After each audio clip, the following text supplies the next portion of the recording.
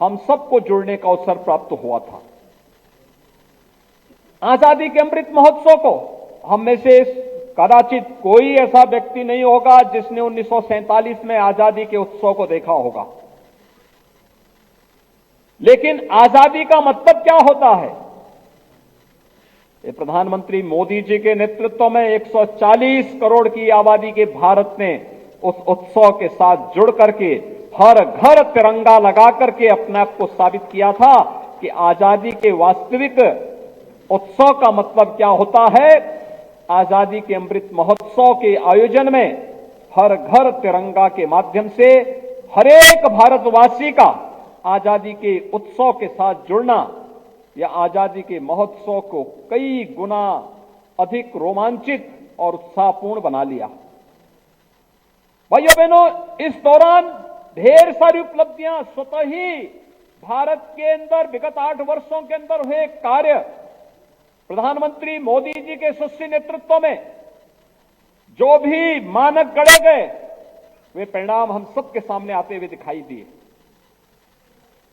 याद करिए, जिस ब्रिटेन ने 200 वर्षों तक भारत में शासन किया था, आज उस ब्रिटेन को पछाड़ करके भारत आजादी के अमृत महोत्सव वर्ष में दुनिया की 5वीं बड़ी अर्थव्यवस्था बना है और बहुत शीघ्र प्रधानमंत्री मोदी जी के नेतृत्व में भारत दुनिया की 4थी बड़ी अर्थव्यवस्था बनने वाला है। ये पहली बार हो रहा है कि दुनिया की बड़ी बड़ी ताकतें जब कोरोना जैसी महामारी के सामने पस्त हैं, तब सबसे तीव्र अर्थव्यवस्था के रूप में भारत लोकतांत्रिक मूल्यों का संरक्षण करते हुए आगे बढ़ रहा है। दुनिया कौतूहल और आश्चर्य की निगाहों से देख रही है। जहां भी दुनिया के अंदर संकट आ रहा है, लोगों की आशाएं प्रधानमंत्री मोदी जी के ऊपर, हर व्यक्ति इस बात के साथ कि जो नारा 2019 में लगा था भारत के अंदर कि मोदी है तो मुमकिन है, आज मोदी है तो मुमकिन है, ये केवल भारत का नारा नहीं बल्कि वैश्विक नारा बन चुका है, वैश्विक मंत्र बन चुका है। और वैश्विक मंत्र को आज लोगों ने अंगीकार किया है। G20 की अध्यक्षता उसका एक उदाहरण हम सबके सामने है। भाइयों बहनों, हम सबको भी हम आभारी हैं प्रधानमंत्री मोदी जी के, जिन्होंने G20 के इस आयोजन के साथ प्रत्येक भारतवासी को भी जोड़ने का कार्य किया है। उत्तर प्रदेश के 4 शहर लखनऊ, वाराणसी, आगरा और गौतम बुद्ध नगर, ये 4 जनपदों में G20 से संबंधित 11 समिट होने हैं। G20 दुनिया के वे 20 बड़े देश हैं जिन 20 देशों में दुनिया की 60% आबादी निवास करती है। 75% ट्रेड पर जिनका अधिकार है,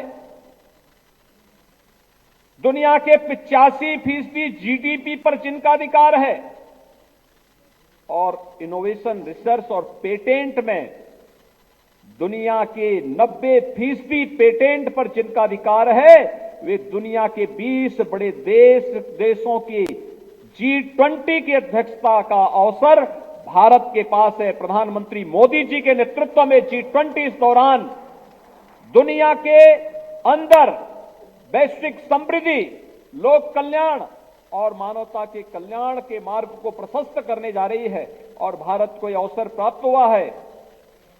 भारत को अपनी सामर्थ्य दुनिया के सामने प्रस्तुत करने का अवसर प्राप्त हो रहा है और इस अवसर पर उत्तर प्रदेश जैसे राज्य को भी G20 समिट के साथ जुड़ने का अवसर प्राप्त होगा। यह हम सबके लिए सौभाग्य की बात है। भाइयों बहनों, उत्तर प्रदेश जैसे राज्य में हम सब ने जन्म लिया है। उत्तर प्रदेश को अपनी कर्म साधना की भूमि के रूप में हम सब ने चुना है।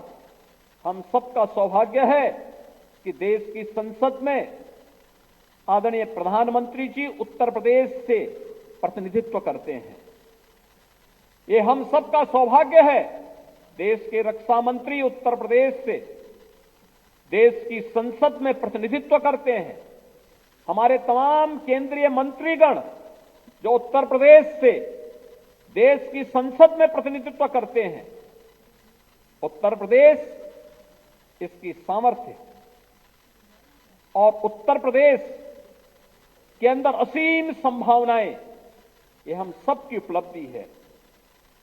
याद करिए, आजादी के अमृत महोत्सव के मुख्य आयोजन में प्रधानमंत्री मोदी जी ने पूरे देशवासियों का आह्वान करते हुए पूरे देशवासियों को एक संकल्प दिलाया था और कहा था कि आजादी का अमृत महोत्सव वर्ष तो हम मना रहे हैं, लेकिन जब ये देश अपनी आजादी का शताब्दी महोत्सव मनाएगा,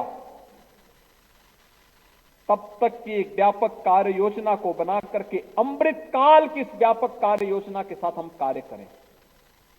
ये 25 वर्ष की अमृत काल की कार्य योजना क्या होनी चाहिए, उसके लिए उन्होंने 5 प्रण की याद दिलाई थी। 5 प्रण।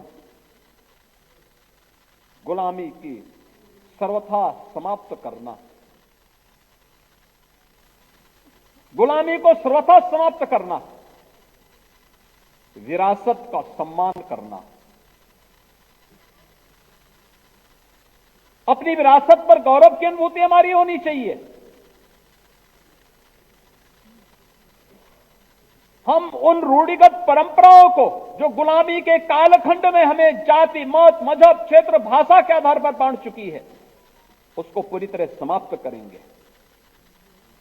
लेकिन साथ साथ भारत की विरासत का सम्मान भी देंगे।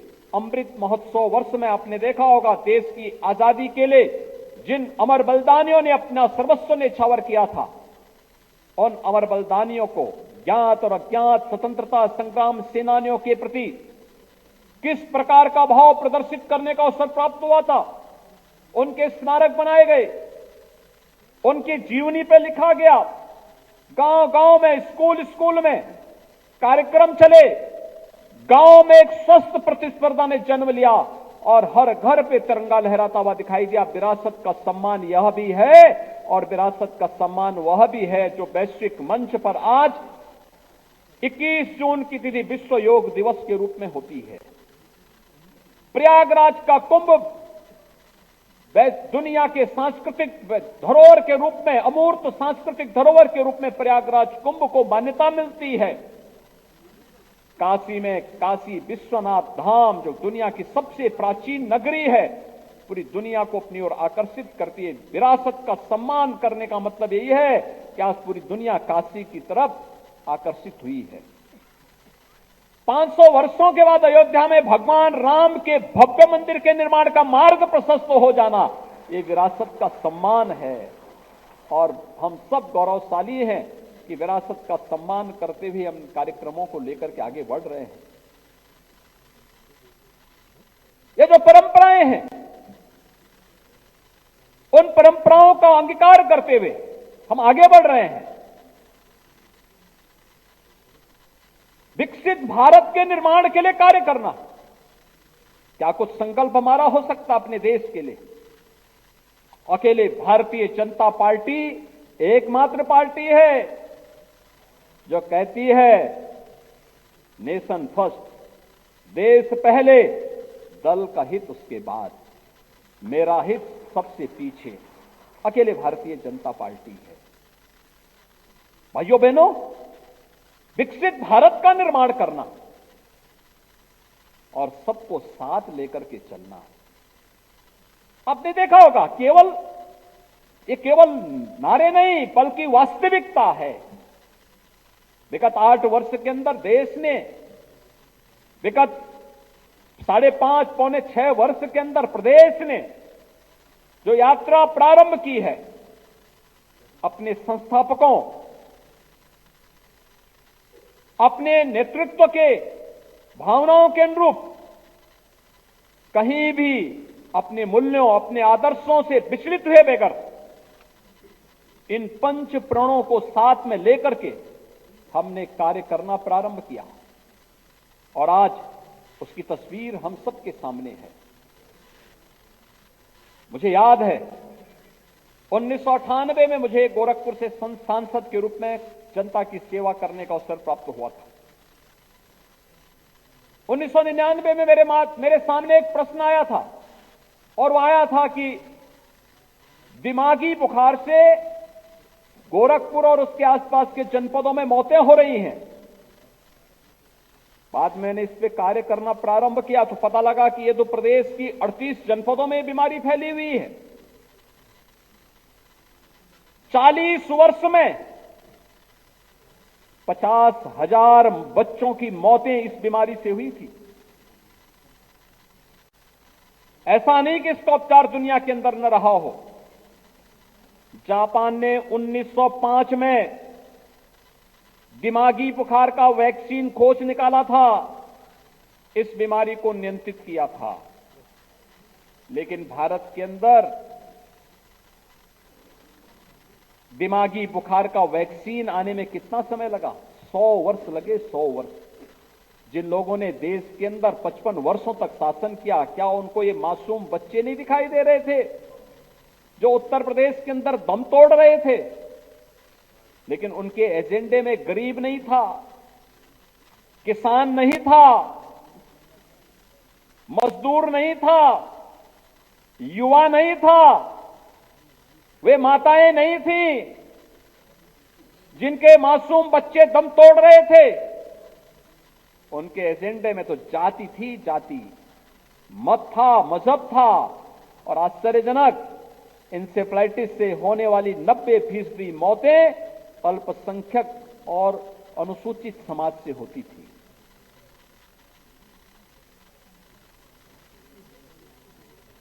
दो 2006 में जब श्रद्धेय अटल बिहारी वाजपेयी जी की सरकार 98 से 2004 के बीच में थी, 2004 में जब हम लोगों ने प्रयास किया वैक्सीन मंगाने का, तब पहली खेप 2005 में आई और फिर 2005 में आने के बाद फिर वैक्सीनेशन का कार्यक्रम प्रारंभ होता है। लेकिन भाइयों बहनों, आज प्रदेश में भारतीय जनता पार्टी की सरकार आने के बाद आदरणीय प्रधानमंत्री जी के मार्गदर्शन में प्रदेश 1 डिस्ट्रिक्ट 1 मेडिकल कॉलेज की तरफ भी बढ़ रहा है। लेकिन साथ साथ इंसेफ्लाइटिस से होने वाली मौत को 95% नियंत्रित करने में भी सफलता प्राप्त कर ली गई है। अब कोई मासूम दिमागी बुखार से असमय दम नहीं तोड़ेगा, एक पुख्ता व्यवस्था कर दी गई है। लेकिन उस वैक्सीन को आने में 100 साल से अधिक समय लगे। लेकिन इस सदी की सबसे बड़ी महामारी के दौरान पूरी दुनिया पस्त थी, लोगों की समझ ही में नहीं आ रहा था। लेकिन प्रधानमंत्री मोदी जी के नेतृत्व में भारत ने दुनिया के 2 सबसे प्रभावी वैक्सीन बनाने में सफलता प्राप्त की, वह भी मात्र 9 महीने के अंदर। और भारत 220 करोड़ वैक्सीन की फ्री डोजेज अब तक अपने नागरिकों को दे चुका है और दुनिया के भी दर्जनों देशों को वैक्सीन मैत्री के रूप में वैक्सीन फ्री में उपलब्ध करा चुका है। यह है भारत का सामर्थ्य। किसी भी महामारी का अब तक का तो सबसे सेटबैक रहा है, वो क्या था? वो ये था कि वैक्सीन नहीं होती थी। स्पेनिश फ्लू के सबसे अधिक मौतें भारत के अंदर हुई थी। उस समय का अनुमान है कि जब स्पेनिश फ्लू आया था, दुनिया के अंदर 2.5 करोड़ से अधिक मौतें हुई थी। उनमें से ज्यादातर मौतें भारत के अंदर हुई थी। भारत तब गुलाम था। जो लोग बीमारी से मर सकते थे, गांव के गांव साफ हो गए। लेकिन भाइयों बहनों, जो बीमारी से मर सकते थे बीमारी से मरे, शेष लोग भूखमरी से मरे। कोरोना कालखंड में आपने देखा होगा, डबल इंजन की सरकार थी तो राशन का डबल डोज भी हर गरीब को, हर जरूरतमंद को प्रदेश के अंदर फ्री में उपलब्ध हो रहा था। देश के अंदर 80 करोड़ लोगों को, प्रदेश के अंदर 15 करोड़ लोगों को फ्री में राशन की सुविधा का लाभ। यह सरकार की संवेदना भी थी, अपने नागरिकों के प्रति उत्तरदायित्व भी था और उस उत्तरदायित्व का निर्वहन इस रूप में सरकार कर रही थी। आपने देखा होगा विगत 8 वर्ष के अंदर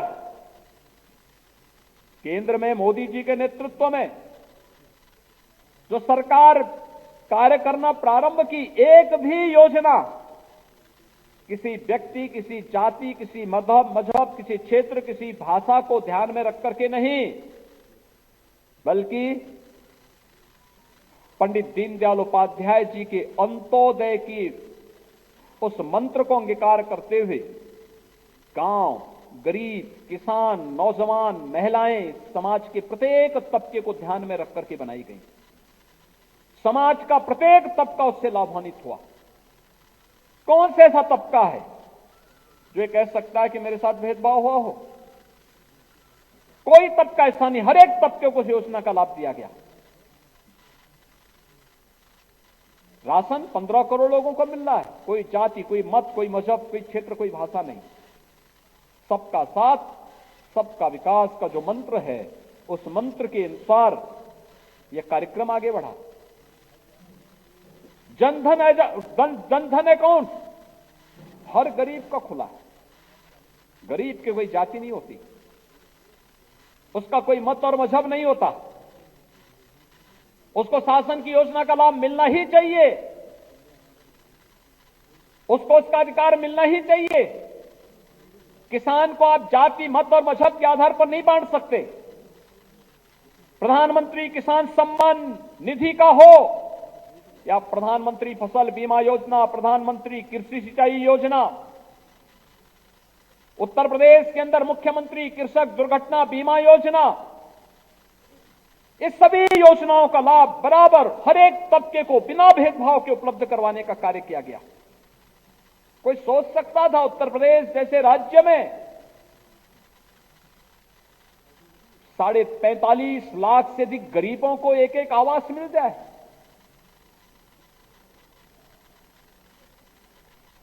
2,61,00,000 गरीबों को एक एक शौचालय उपलब्ध हो जाए? 1,74,00,000 गरीबों को फ्री में रसोई गैस के कनेक्शन मिल जाए? 1,55,00,000 गरीबों को फ्री में विद्युत के कनेक्शन मिल जाए?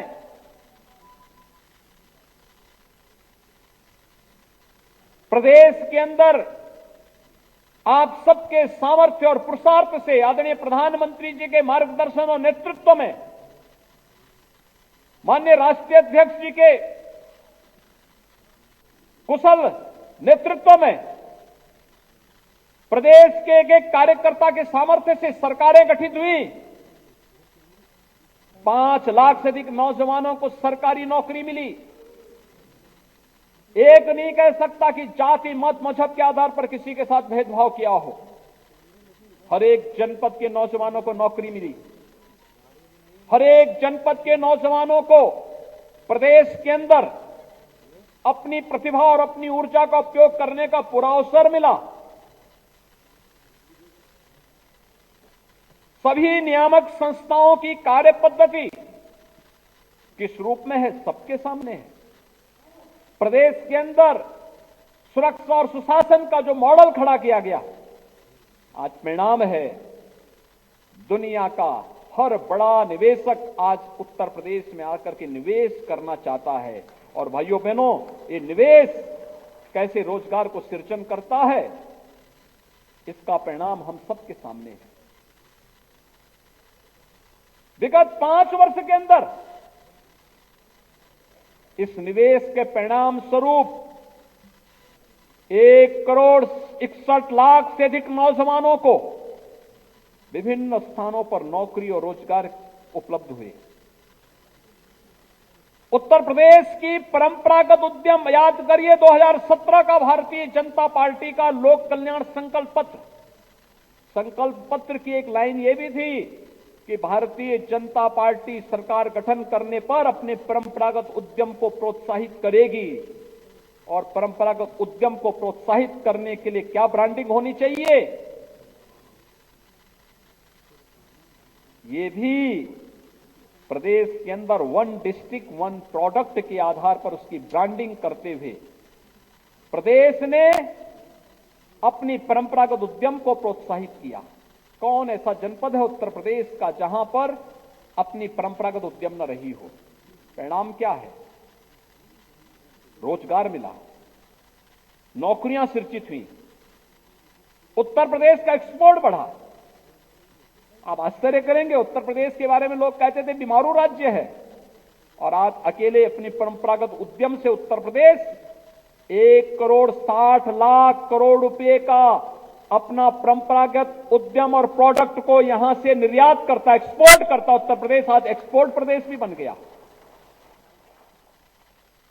उत्तर प्रदेश एक्सपोर्ट प्रदेश बन सकता है, यह भी आज देखने को मिल रहा है। ये एक नए सामर्थ्य को, उत्तर प्रदेश का एक नया सामर्थ्य सामने आ रहा है। उत्तर प्रदेश परंपरागत रूप से ये कृषि प्रधान प्रदेश है। दुनिया की सबसे उर्वरा भूमि हमारे पास, अनेक उपलब्धियां हैं, देश की आत्मा है, देश का हृदय स्थल है। भगवान राम ने यही जन्म लिया, भगवान कृष्ण ने यही जन्म लिया, बाबा विश्वनाथ का धाम इसी प्रदेश में,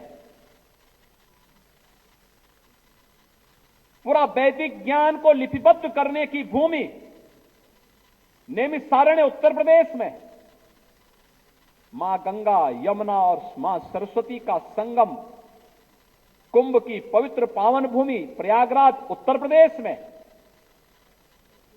भागवत भूमि सुख तीर्थ उत्तर प्रदेश में, शक्ति पीठों से जुड़ी हुई परंपरा उत्तर प्रदेश में। जो लोग इस सामर्थ्य को नहीं समझते थे, वे कावड़ यात्रा पे रोक लगाते थे,